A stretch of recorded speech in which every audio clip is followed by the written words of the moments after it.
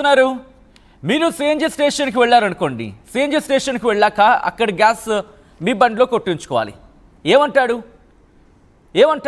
బండి దిగండి అంటాడు. ఆయనంత మాత్రం మీకు కోపం వచ్చేస్తుందా? కోపం వస్తే మీ దగ్గర ఏదుంటే అది తీసుకొని వాడిని కొట్టేయడమో లేకపోతే వాడి మీద దాడికి దిగడమో. వాడు ఇన్ ద సెన్స్ అక్కడ ఉన్న సేల్స్ మ్యాన్. ఇదే ఘటన ప్రస్తుతం ఉత్తరప్రదేశ్కి సంబంధించి మనం మాట్లాడుకుంటున్నాం. ఉత్తరప్రదేశ్లోని హోటల్లో ఓ మహిళ రెచ్చిపోయింది. సిఎన్జి స్టేషన్ వర్కర్తో మహిళ గొడవకు దిగింది. సిఎన్జికి సంబంధించి సిఎన్జి గ్యాస్ స్టేషన్కి వెళ్ళింది. అక్కడ సిఎన్జి గ్యాస్ నింపుతున్న క్రమంలో కారులోని వారిని కిందకి దిగాలంటూ కూడా అక్కడ రజనీష్ అనే వ్యక్తి చెప్పుకొచ్చాడు. తమనే దిగమంటావా అంటూ కారు ఓనర్ ఎహ్సాన్ ఖాన్ అక్కడ వాగ్వాదానికి దిగాడు. తండ్రితో పాటు కుమార్తో గొడవ పడ్డాడు ఇషాన్ కూతురు. ఇన్ఫ్యాక్ట్ తండ్రితో పాటు కుమార్తో గొడవ పడింది ఇషాన్ కూతురు. ఆమె పేరు అరిబా. కారులోంచి రివాల్వర్ తెచ్చి బెదిరించింది. ఛాతిపై గన్ను ఎక్కుపెట్టి కాల్చి పాడేస్తా అంటూ హెచ్చరించింది. నీ ముఖాన్ని ఎంతలా పేలుస్తానంటే కనీసం నీ కుటుంబం గుర్తుపట్టలేదు నీ మొహాన్ని అనేంతలా పేల్చేస్తానంటోంది, కాల్చేస్తానంటోంది. అరేబాన్ అక్కడి నుంచి తీసుకువెళ్ళింది తల్లి. సోషల్ మీడియాలో వైరల్గా మారింది. సిఎన్జి స్టేషన్ సిబ్బంది రజనీష్ ఫిర్యాదుతో పోలీసులు కేసు నమోదు చేశారు. ముగ్గురిని అదుపులోకి తీసుకున్నారు. ఆ విజువల్ మీరు చూడొచ్చు. ఫ్రమ్ ద బిగినింగ్ వెళ్దాం. ఈ విజువల్కి సంబంధించి ఫ్రమ్ ద బిగినింగ్ వెళ్ళే ప్రయత్నం చేద్దాం. మీరు చూడండి, సిఎన్జి స్టేషన్కి వెళ్ళిన క్రమంలో మీ అందరికీ అనుభవం ఉంటుంది కదా. చాలామందికి సిఎన్జి గ్యాస్ స్టేషన్కి వెళ్ళిన సందర్భంలో ఆ గ్యాస్ కొట్టించే క్రమంలో ఏమంటాడు? అరే బాబు, దయచేసి ఎవరైతే ఉన్నారో వాళ్ళు బండి దిగిపోండి. అది కారు కావచ్చు, ఆటో కావచ్చు, ఈవెన్ ఆటోలో కూడా కదా చూడండి ఎలా పరిగెడుతోందో. అంటే మినిమం బేసిక్ సెన్స్ లేకుండా, బేసిక్ సెన్స్ ఎంత దుర్మార్గమా? సరే, ఆ సిఎన్జి కొట్టేసిన తర్వాత జరగడానికి ఏమైనా జరిగితే ఎవరిని అడుగుతారు మళ్ళీ మీరు? ఏమ్మా, నీకు తుపాకీ తీసి మనిషి మీద గురి పెట్టేంత ధైర్యం ఉన్న మనిషివి, అంత సోకాల్డ్ ఎడ్యుకేటెడ్ విమెన్వి, ఏమ్మా నీకు తెలీదా సిఎన్జి స్టేషన్లో ఎందుకు బండి దిగమంటారు? ఎందుకు దిగమంటారు నీకు తెలీదా? తుపాకీ పట్టుకుని ఊరికి ఎగేసుకొచ్చి ఆ వ్యక్తి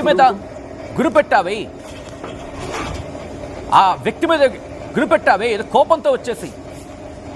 ఆ మాత్రం బేసిక్ సెన్స్ లేదా నీకు? బేసిక్ సెన్స్ లేదా? ఏం తుపాకీ ఉందనే పొగరా? బలుపా? ఇలాంటి సందర్భాల్లో మహిళా పురుషుడా కాదు, అసలు మనిషా అని చెప్పి అడగాలి. There is no space for the gender here. In this places only humanity always matters. మీరు చూడండి, తండ్రి వాగ్వాదానికి దిగాడు. ఆ తర్వాత అక్కడ ఆ వ్యక్తి ఎవరి కోసం చెప్పాడు? నీ కోసం, నీ కుటుంబం మంచి కోసం కదా. అంత బలుపా? ఒక సామాన్య కార్మికుడు అంటే అంత అలుసా మీకు? తుపాకీ ఉందని రెచ్చిపోతావా? నీకంత పిచ్చుంటే వెళ్ళి హాస్పిటల్లో చూపించుకో. క్షమించాలి ఈ పదాన్ని ఉపయోగిస్తున్నందుకు. బహుశా మహిళా లోకంలో శాంతమూర్తులకు తిరగలేదు. మా చుట్టూ కూడా మహిళలు చాలామంది ఉన్నారు. ఒక్కోసారి ఎక్కడైనా మేము కాస్త బౌండరీ దాటుతూ ఉంటే ఆగమ్మా అని చెప్పి శాంతం వహించి మమ్మల్ని శాంతింపజేస్తూ ఉంటారు. అలాంటి శాంతివంతమైన మహిళా లోకం ఉన్న సమాజం మంది. ఒక్కసారి ఆలోచించండి. ఆ వ్యక్తికి సంబంధించి ఆ తుపాకీ పట్టుకు వెళ్ళి ఛాతి మీద గురిపెట్టింది ఏకంగా. ఒక్క రెప్పపాటు కాలంలో ఆ పిచ్చెక్కి ఆ ట్రిగ్గర్ చేస్తే ఆ కుటుంబాన్ని మనిషి తీసుకురాగలదా ఈ వ్యక్తి? నేను మహిళను కూడా పిలవను ఇక్కడ. ఎందుకంటే మహిళా సమాజం కూడా తలదించుకుంటుంది ఇటువంటి వ్యక్తులని చూస్తే. చూడండి ఎంత కోపంతో వెళ్ళిపోతుంది. కోపంతో వెళ్ళిపోయి రివాల్వర్ తీస్తోంది. మీరు చూడొచ్చు ఆ వెహికల్కి సంబంధించి. అదుగో రివాల్వర్ తీసి అసగాడికి అదుగో. ఒక్కసారి ఆ కాన్వర్సేషన్ చూద్దాం. అక్కడ వాళ్ళ కాన్వర్సేషన్ ఒకసారి చూద్దాం. ఆ తర్వాత మా ప్రతినిధి కృష్ణమోహన్ దగ్గరికి వెళ్ళే ప్రయత్నం చేస్తాను. ఒకసారి కృష్ణమోహన్ దగ్గరికి వెళ్ళే ప్రయత్నం చేద్దాం. కృష్ణమోహన్, ఇటువంటి ఘటనలకు సంబంధించి సాధారణంగా ఆఫ్కోర్స్ మీరు నేను మనం రిపోర్ట్ చేసిన సందర్భంలో, లేకపోతే మనం పర్సనల్గా ఎక్స్పీరియన్స్ చేస్తుంటాం. ఒక క్రమంలో మనం ఆటోలో వెళ్ళిన క్రమంలో సిఎన్జి రీఫ్యూలింగ్ చేయించినప్పుడు దీపం అంటారు. కారులో కావచ్చు, ఆటోలో కావచ్చు. సో అదే సందర్భం చెప్పడం అంటే నీకు మంచి చేయడం కూడా నాకు ప్రమాదంగా మారింది అనుకున్న క్రమం కింద చూడాలి దీన్ని.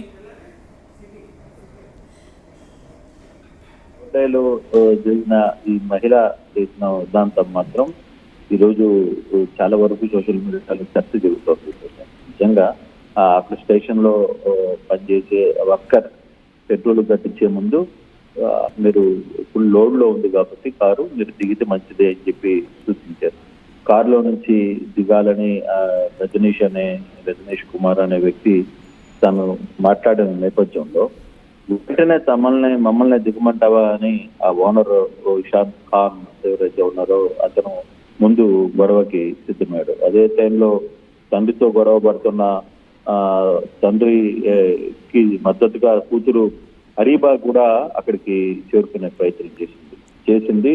తర్వాత అక్కడ కొందరు ఆ చుట్టుపక్కల ఉన్న వాళ్ళందరూ కూడా తండ్రిని వీళ్ళని వారించే టైంలో హడావిడిగా కారులో నుంచి వాళ్ళు తీసుకుని వచ్చి ఛాతి మీద గన్ను పెట్టి కాల్చేస్తానంటూ హెచ్చరిక చేసిన నేపథ్యం. అది కాకుండా నీ కుటుంబం మొత్తం గుర్తుపట్టలేనంతగా కాల్చి పారేస్తానంటూ ఫరీజా అరీబా హెచ్చరించిన పరిస్థితి.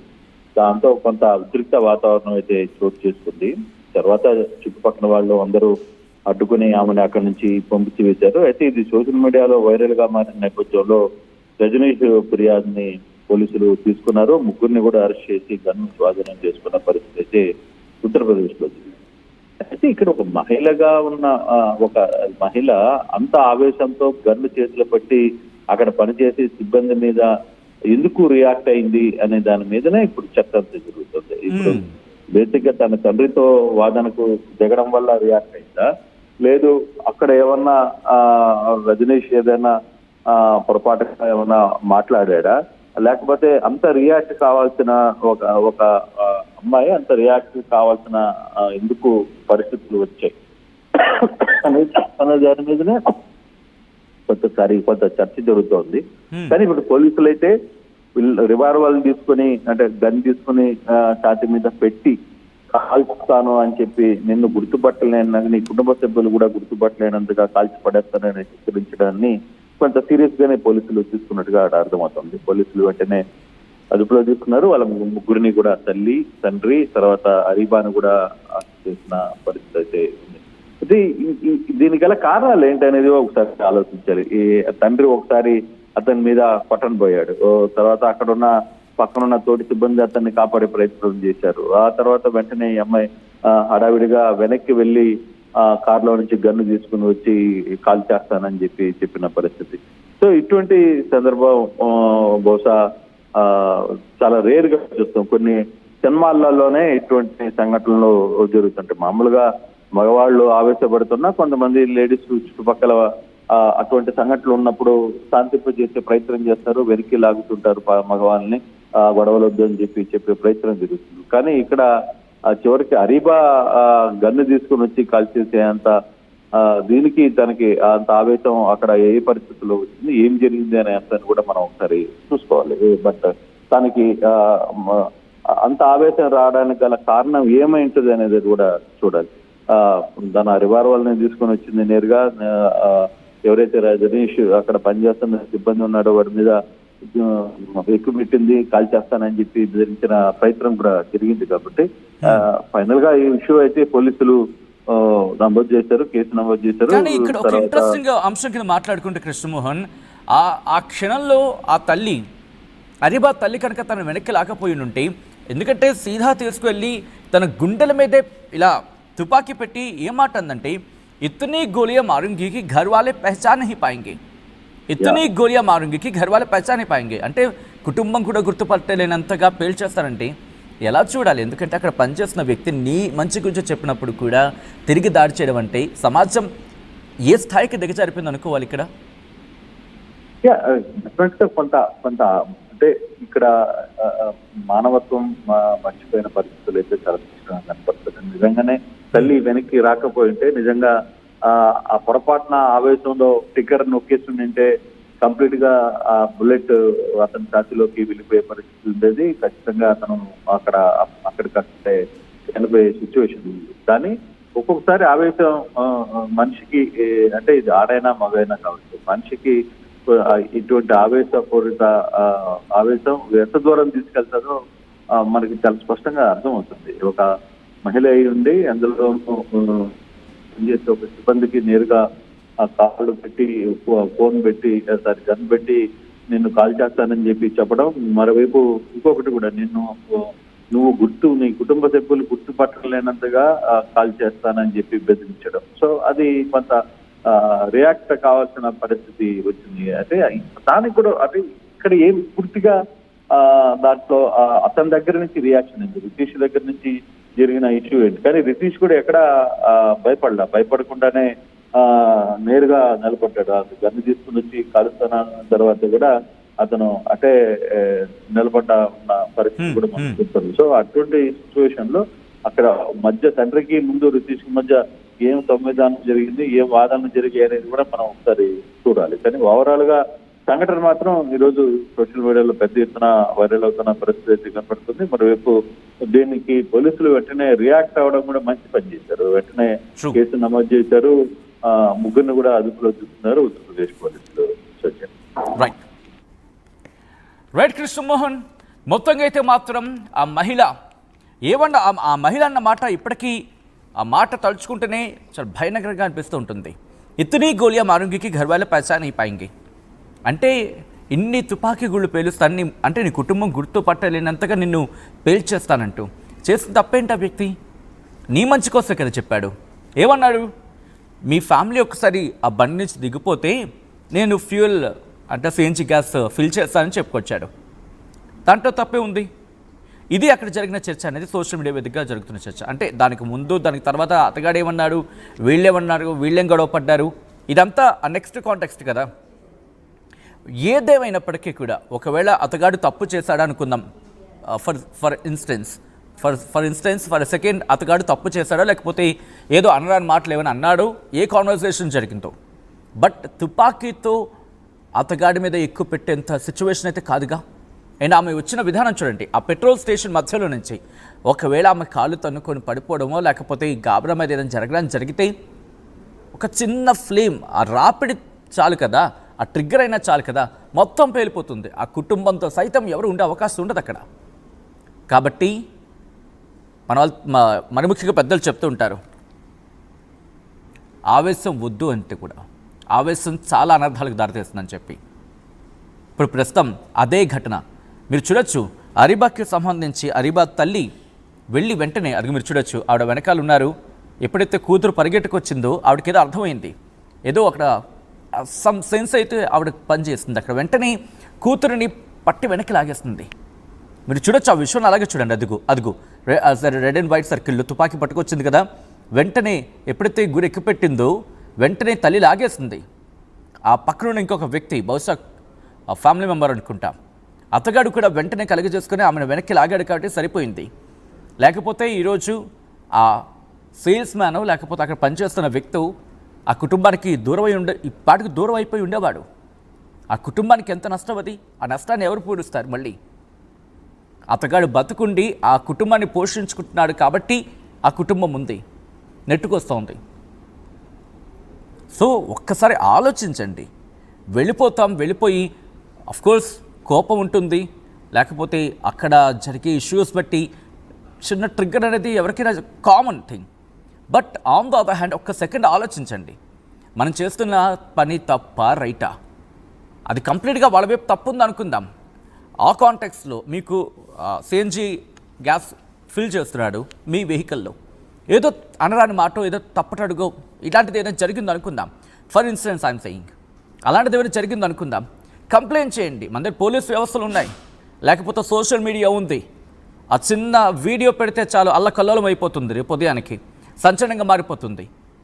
ఎవరికి ఎటువంటి శిక్ష పడాలో అటువంటి శిక్ష పడిపోతుంది, ఆటోమేటిక్గా వ్యవస్థ తన పని తను చేసుకుపోతూ ఉంటుంది. కానీ ఇది ఎంతవరకు సమంజసం? అందులో మహిళ శాంత స్వరూపానికి ప్రతీక మన దేశంలో. అలాంటి మహిళ ఈరోజు ఆ కాంటెక్స్ట్ ఏంటో, ఆ గొడవ ఏంటో, అదేంటో సంబంధం లేకుండా తుపాకీ పట్టుకొచ్చి, అసలు ఆ తుపాకీకి లైసెన్స్ ఉందా లేదా, ఇది ముందు గమనించాల్సిన పరిస్థితి. ఒకవేళ ఉంటే వెంటనే రద్దు చేయాల్సిన అవసరం అయితే కనిపిస్తోంది. మీరేమంటారు? నాకైతే అనిపిస్తుంది ఏంటంటే ఇలాంటి ఘటనలు ఇంకోసారి పునరావృతం కాకుండా ఉండాలంటే ముందు ఆ ఒకవేళ లైసెన్స్గానైతే లైసెన్స్ క్యాన్సిల్ చేయండి. లైసెన్స్ క్యాన్సిల్ చేయాల్సిన అవసరం ఉంది ఒక కామన్ మ్యాన్గా ఆలోచించే పక్షంలో. లేకపోతే కనుక అసలు అది లైసెన్స్ కాకపోతే ఆలోచించి ప్రశ్నించాల్సిన పరిస్థితి. ఈ ఘటన మిమ్మల్ని కాస్త కలవరపరచచ్చు. అయితే బయట సమాజంలో ఎటువంటి పరిస్థితులు ఉన్నాయి వాటిని మీకు చూపించడం, తద్వారా మీకు అవగాహన కల్పించడం, మిమ్మల్ని అప్రమత్తం చేయడంలో భాగంగానే ఇటువంటి కథనాలు చూపించడం జరుగుతుంది తప్ప మిమ్మల్ని కలవరపడి గురి చేసే ఉద్దేశం ఆర్టీవీకి అనడం లేదు, ఉండదు. కానీ ఇటువంటి కథనాలు చూసినప్పుడు కాస్త కలవరపడి గురే అవకాశం ఉంటుంది కాబట్టి దీనికి సంబంధించి తగిన జాగ్రత్తలు తీసుకోవాలని ఆర్టీవీ సూచించడం జరుగుతోంది. This is the disturbing content, viewer description is advised. బహుశా ఇటువంటి ఘటనలు చూసినప్పుడు ఏమనిపిస్తుందంటే ఇంకా వీళ్ళకు కూడా బుల్లెట్ ప్రూఫ్ జాకెట్స్ ఇవ్వాలేమో. బహుశా ఇది చాలా ఓవర్ ఎగ్జాగరేట్ చేసినట్టు అవుతుందేమో. బట్ ఇలాంటి ఘటనలు చూస్తే అలాంటిగా అనిపిస్తుంది కదా. ఎవడొచ్చి ఏ క్షణాన్ని ఎటువంటి ఫ్రస్ట్రేషన్ చూపిస్తాడో తెలియదు. ఈరోజు తుపాకీ అయిపోయింది, రేపు ఇంకొక రోజు ఎవడో చాకు పట్టుకొస్తే వాళ్ళవి ప్రాణాలే కదా. వాళ్ళ ప్రాణాలు వాళ్ళు కాపాడుకోవాలి కదా. ఫ్రస్ట్రేషన్, కోపాలు, పెట్రోల్ స్టేషన్ దగ్గరికి వెళ్ళిపోయిన కొట్టు ఫాస్ట్ వాళ్ళు ఉదయం నుంచి అలా నిల్చుని ఉంటారు. ఆలోచించుకోవాలి కదా, రీజన్ ఏదైనా ఇవ్వచ్చు. కానీ ఈరోజు ఈ మహిళ, మరి ముఖ్యంగా ఇక్కడ జెండర్ అనే ఒక పదాన్ని నేను తీసి పక్కన పెడతాను, ఒక మనిషిగా మాట్లాడే ప్రయత్నం చేసుకుందాం. ఈరోజు ఈ వ్యక్తి చేసిన పని సమాజాన్ని ఇంకొకసారి ప్రశ్నిస్తోంది, మనం ఎక్కడికి వెళ్ళిపోతున్నాం అనేది. దీని మీద మీ రియాక్షన్ ఏంటని చెప్పే ప్రయత్నం చేయండి. ఎక్కడ కూడా అబ్యూజివ్గా కాకుండా, అభ్యంతరకరంగానో అసభ్యకరంగానో మాట్లాడకుండా ఒక మంచి కామెంట్ రూపంలో మాట్లాడితే ఇంకొకరు మారే అవకాశం ఉంటుంది, వాళ్ళు ఆలోచించుకునే పరిస్థితి ఉంటుంది. కాబట్టి ఆ కోణంలో మీ అభిప్రాయాన్ని వ్యక్తం చేసే ప్రయత్నం చేయండి.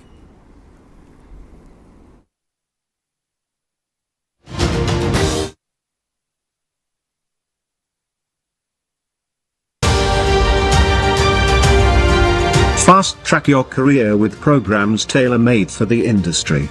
KLH Global Business School. తెలుగులో ఫాస్టెస్ట్ న్యూస్ ఇప్పుడు కొత్త అవతారంలో 5 సెకండ్లోనే పూర్తి వార్తా సమాచారం మీ చేతిలో. సోషల్ మీడియా ట్రెండ్స్ మీ కళ్ళ ముందుకే live TV and voice search options తో ఇప్పుడే డౌన్లోడ్ చేయండి. యాప్ లింక్ డిస్క్రిప్షన్లో ఉంది.